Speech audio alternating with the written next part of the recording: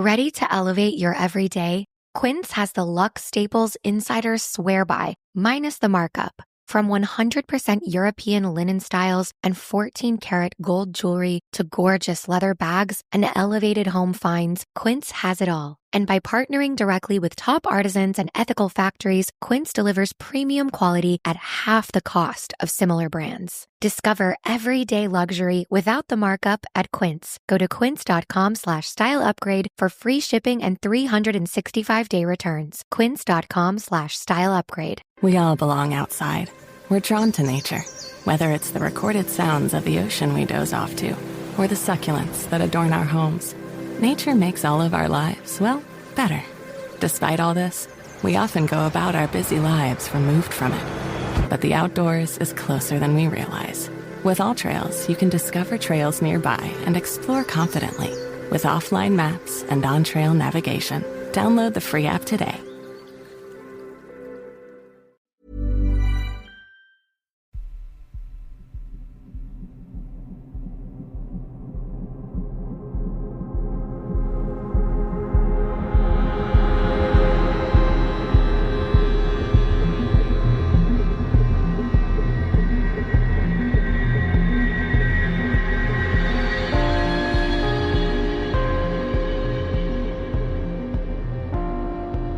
Hello and welcome to mini episode number 455 of Real Life Ghost Stories.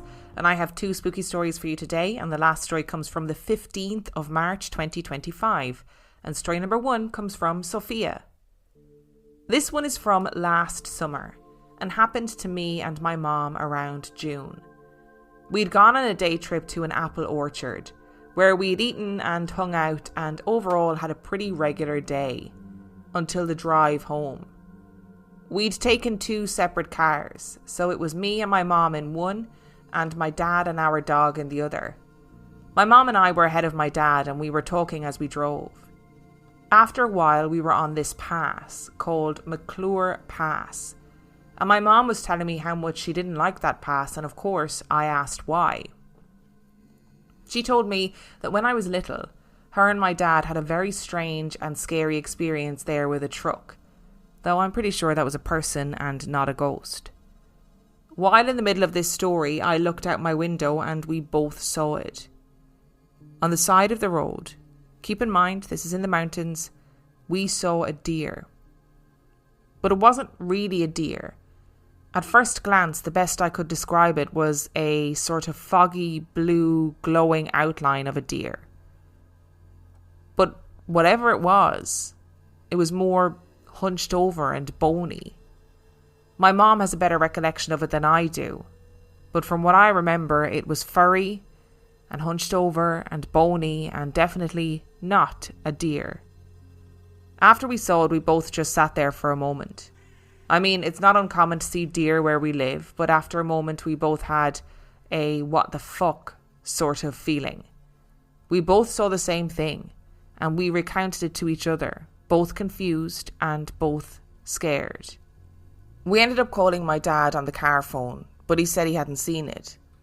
In the days after, my mom did some digging and found what we saw was eerily similar to a Wendigo. We were both really freaked out by it, but more or less tried to move on from it. Now, this might qualify as a completely separate story, but my mom thinks there might be some relation between the two, and honestly, so do I. A couple of months after this, we were staying with family out of town, and my dad and I came home for the weekend so I could visit a friend before they moved away. Now, our house is haunted. That's no surprise anymore. And the older I get, the more I've noticed it. And there has been more and more spirits I've been able to just straight up see as if they were people and not apparitions of some kind. Part of this I attribute to Angelica, a ghost that I've gotten really close with in recent years and is tied to me. I don't really know how that works or how it happened, but she started visiting me in my dreams and eventually started speaking to me through a ring that I have. All of this to say, I'm pretty used to seeing things out of the corner of my eye, or full-on apparitions and shadow people wandering around at night. But this was different. It was pretty late at night. I want to say just after 2 a.m, but I don't exactly remember. And I was laying in bed on my phone. Now, any time we come home after a long trip, it's normally pretty calm. It sort of feels like the spirits are just watching and readjusting to us. But this time things had felt a little off, and Angelica had seemed pretty agitated the whole night. Just as I was about to go to bed, I heard footsteps, not uncommon, and I sat up and looked out the bedroom door into the hall. And just as I did, some sort of apparition, I'm saying this because it had the same misty, almost transparent quality of apparitions, rounded the corner. It wasn't human, and was on all fours with long, lanky legs. Its face was a skull of some kind. Could have been a deer. Could have been something else, I don't really remember. And it had shiny black eyes. The whole thing was covered in long, scraggly hair and something that looked vaguely plant-like, maybe moss all over its body. Its feet were like hooves, but more just bony fur and mud-covered stumps. We more or less stared at each other for a minute, and I tried to rationalise it as some sort of shadow, but nothing in the hallway would be big enough to mimic whatever it was. It started to come closer and I scrambled back and turned on my phone flashlight. It didn't seem inherently bad, but I definitely didn't want it coming near me. But the light seemed to scare it, because when I shined it into the hall, it scrambled back and made a weird screech, but not out loud.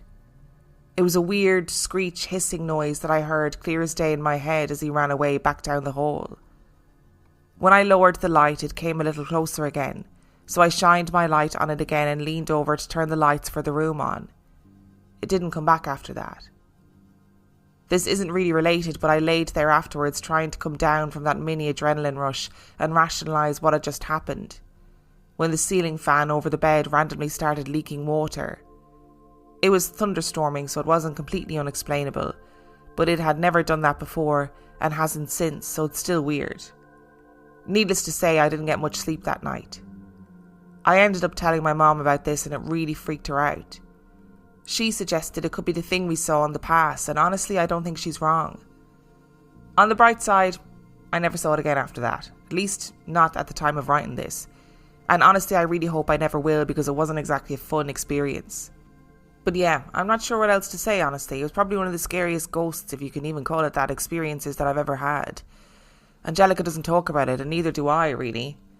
Also, completely irrelevant to the story I just sent, but I figured you'll be happy to hear, since the last story I sent, we got rid of the skeleton key last summer. It took us a while to do anything because we weren't sure how to get rid of it responsibly. So we left it in a jar of salt for a couple of months, and the key, I kid you not, started corroding the salt. After that we ended up adding more salt and a bay leaf and took it back to the shop that we got it from. Thankfully they willingly took it back, so it's no longer my problem. However, that doesn't stop other ghosts and spirits from interacting with me, so I still have plenty more stories to share. Sophia, I'm so glad to hear that you got rid of that skeleton key. I remember that story, and I always remember being like, put that thing back where it came from, or so help me. Also, Sophia, it's good to have you back. Sophia is one of our youngest listeners, I think, and has been sending in stories for a number of years at this point. And in case you're wondering, if you're a listener who is new around here and you're like, what the heck is a Wendigo?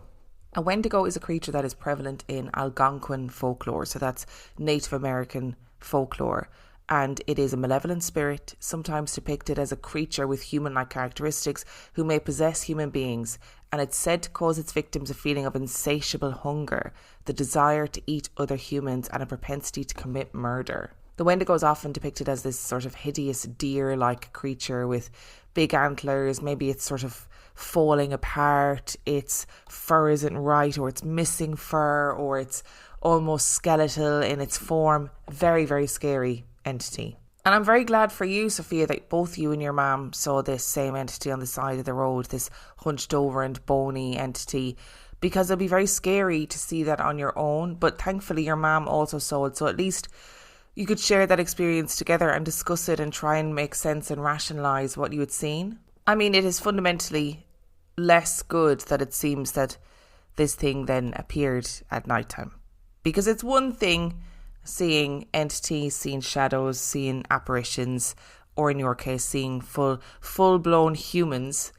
But it's another thing seeing something on all fours with shiny black eyes, scraggly hair, bony feet, and moss everywhere. I mean, it's not good. Like that would terrify me. And I know that you say that you haven't seen it since. I wonder, is it worthwhile doing some sort of cleansing, just in case, just to keep yourself safe, just to keep yourself from seeing hideous shit like that at nighttime, you know?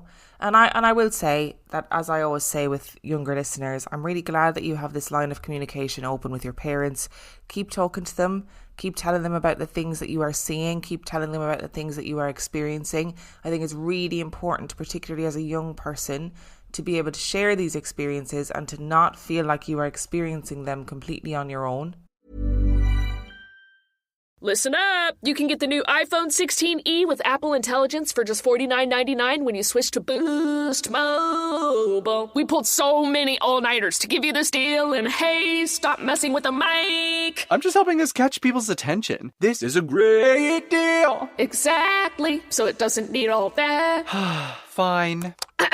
Get the new iPhone 16e, available at Apple Store locations and the Apple Store online. Visit your nearest Boost Mobile store for full offer details. Apple Intelligence requires iOS 18.1 or later. Restrictions apply. Now at Verizon, we have some big news for your peace of mind. For all our customers, existing and new, we're locking in low prices for 3 years guaranteed on My Plan and My Home. That's future you peace of mind. And everyone can save on a brand new phone on My Plan when you trade in any phone from one of our top brands. That's new phone peace of mind. Because at Verizon, whether you're already a customer or you're just joining us, we got you. Visit Verizon today. Price guarantee applies to then current base monthly rate. Additional terms and conditions apply for all offers. Ready to elevate your everyday? Quince has the luxe staples insiders swear by, minus the markup. From 100% European linen styles and 14-karat gold jewelry to gorgeous leather bags and elevated home finds, Quince has it all. And by partnering directly with top artisans and ethical factories, Quince delivers premium quality at half the cost of similar brands. Discover everyday luxury without the markup at Quince. Go to quince.com/style upgrade for free shipping and 365-day returns. Quince.com/style upgrade. We all belong outside.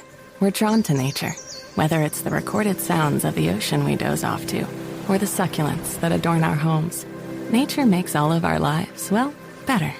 Despite all this, we often go about our busy lives removed from it. But the outdoors is closer than we realize. With All Trails, you can discover trails nearby and explore confidently. With offline maps and on-trail navigation, download the free app today.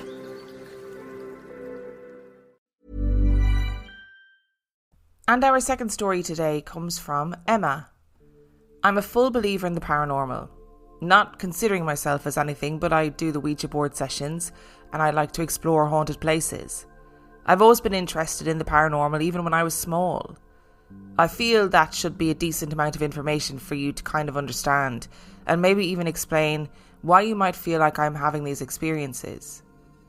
I've had many encounters with some sort of apparition that I like to call the Shadow Man.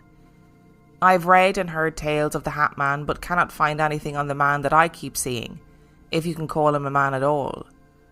He is a solid black figure with no features, and for whatever reason, the majority of the time, he is running.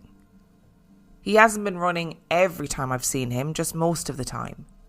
I am only going to explain the 3 most vivid encounters I have had, or else we could be here all day. My first encounter I was sitting in my grandmother's living room.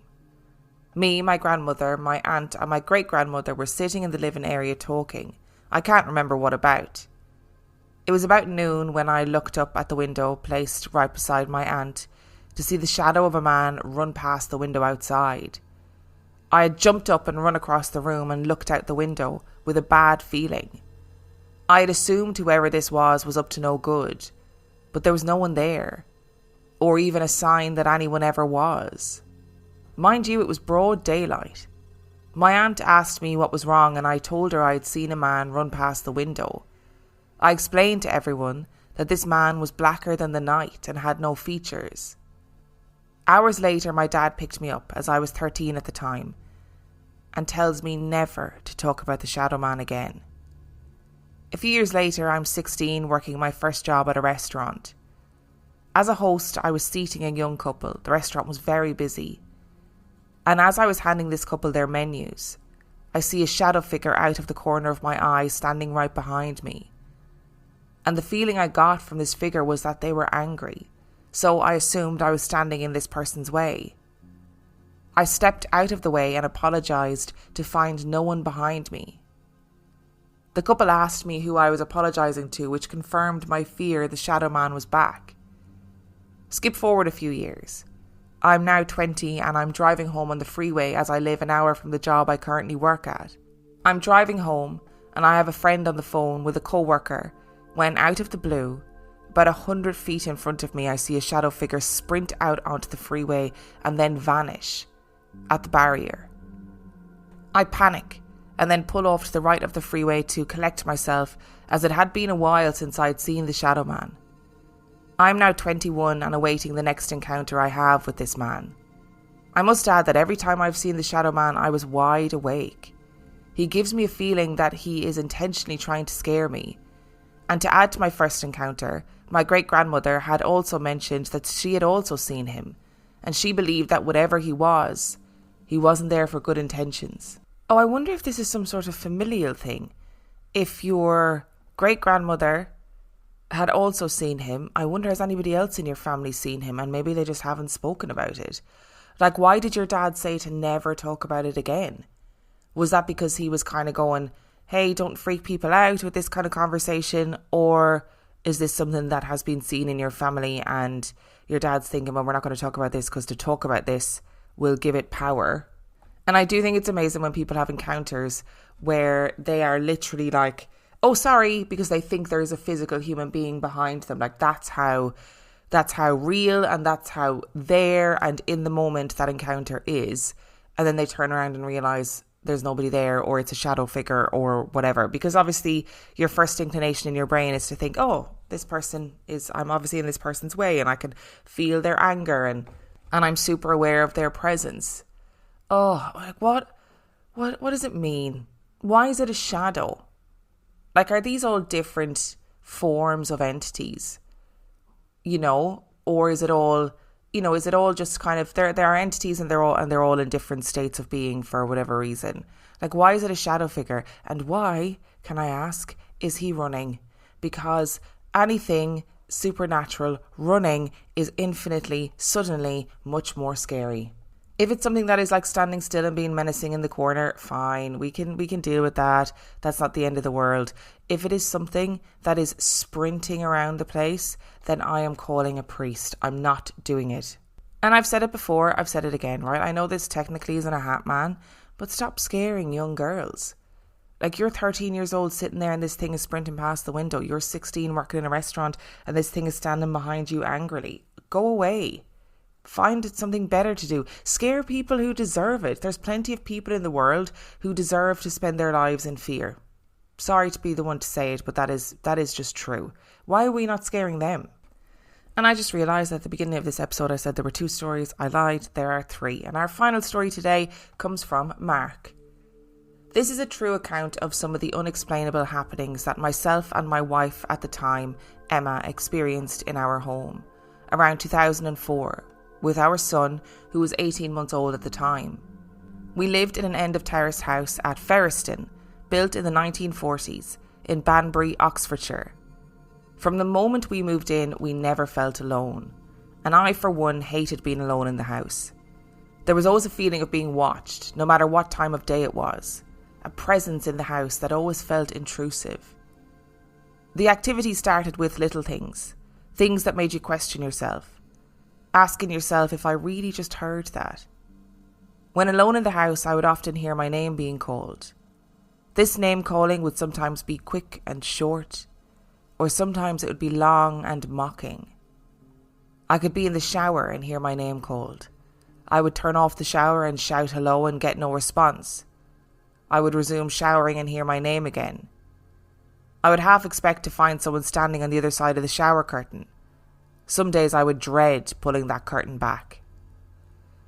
Then, along with the name calling, I would be awoken from my sleep by a rasping, sharp breath sound in my ear, or again my name would be called. Some nights it would feel like I would be shaken by the shoulders.